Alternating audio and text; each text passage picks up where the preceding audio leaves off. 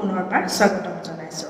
আজি আমি আলোচনা কৰিম পানীলগা চৰ্দি জ্বৰ আদিৰ নিৰাময়ৰ বিষয়ে। পানীলগা চৰ্দি জ্বৰ, হুৰহুৰীয়া শুকান কাহ, ডিঙিৰ চেৰচেৰণি, মাত ভঙা, নাক বন্ধ হোৱা, কাণ দুখন খুব মাৰি বন্ধ হৈ থকা, এইবিলাক অনুভৱ নোহোৱা হৈ থকা লোক খুব কম সংখ্যকহে দেখা পোৱা যায়। ৰোগ দেখাত সামান্য যদিও ই এক বিৰক্তিকৰ অনুভৱ। অসুখত ভোগাজনৰ কাম আৰু সময়ৰ ক্ষতি হোৱাৰ লগতে কামত মনোযোগ দিয়াত বাধাৰ সৃষ্টি হয়।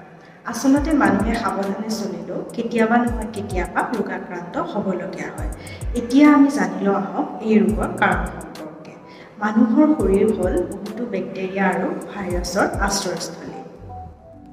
আমাৰ শৰীৰত ৰোগ প্ৰতিৰোধ ক্ষমতা কমি গ'লে, শৰীৰ কোনো কাৰণত দুৰ্বল হ'লে কিছুমান বেক্টেৰিয়া আৰু ভাইৰাছৰ বাবে অনুকূল পৰিৱেশৰ সৃষ্টি হয় আৰু ইহঁতে সক্ৰিয় হৈ মানৱ শৰীৰত অনিষ্ট সাধন কৰা আৰম্ভ কৰে। শ্বাস-প্ৰশ্বাসজনিত ৰোগবোৰ সাধাৰণতে অতি সংক্ৰমণশীল হয়, অৰ্থাৎ খুচৰা বেমাৰ। সাধাৰণতে ৰোগ বিয়পে প্ৰদূষিত বায়ুমণ্ডলৰ যোগেদি। ইয়াক চিকিৎসা বিজ্ঞানৰ ভাষাত ড্ৰপলেট ইনফেকচন বুলি কোৱা হয়। ৰোগীয়ে কাহিলে, হাঁচিয়ালে, থু খেকাৰ পেলালে বেক্টেৰিয়া আৰু ভাইৰাছ বায়ুৰ কণিকাত বাষ্প আৰু বতাহৰ লগত মিহলি হৈ উঠি ভাহি থাকে আৰু আমি নেদেখাকৈয়ে বেলেগ নিৰোগী মানুহৰ দেহত প্ৰৱেশ কৰে। এনে সংক্ৰমণক বাধা দিবলৈ হ'লে প্ৰতিৰোধক মাস্ক পৰিধান কৰিব লাগে।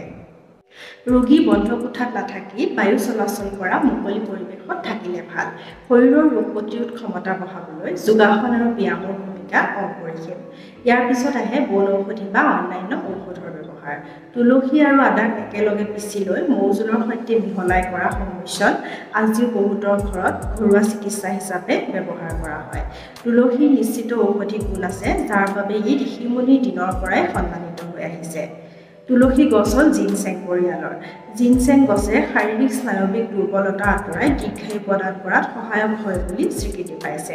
ভিটামিন চি আৰু এণ্টিঅক্সিডেণ্ট ঔষধসমূহ প্ৰদূষিত ৰক্ত পৰিশোধন কৰাৰ দৰে কাম কৰে।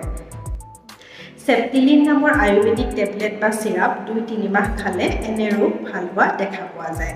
ইয়াৰ উপৰিও দিনে ২-৩ বাৰকৈ মেন্থলৰ ভাপ দিলে আৰু নিমখ পানীৰে গুলি কৰিলে এই ৰোগৰ পৰা উপশম হোৱা দেখা পোৱা যায়। ইমান সময় আমাৰ ভিডিঅ'টো চাই থকাৰ বাবে আপোনালোকলৈ অশেষ ধন্যবাদ। আকৌ পুনৰবাৰ এক নতুন ভিডিঅ' লৈ অহাৰ প্ৰতিশ্ৰুতিৰে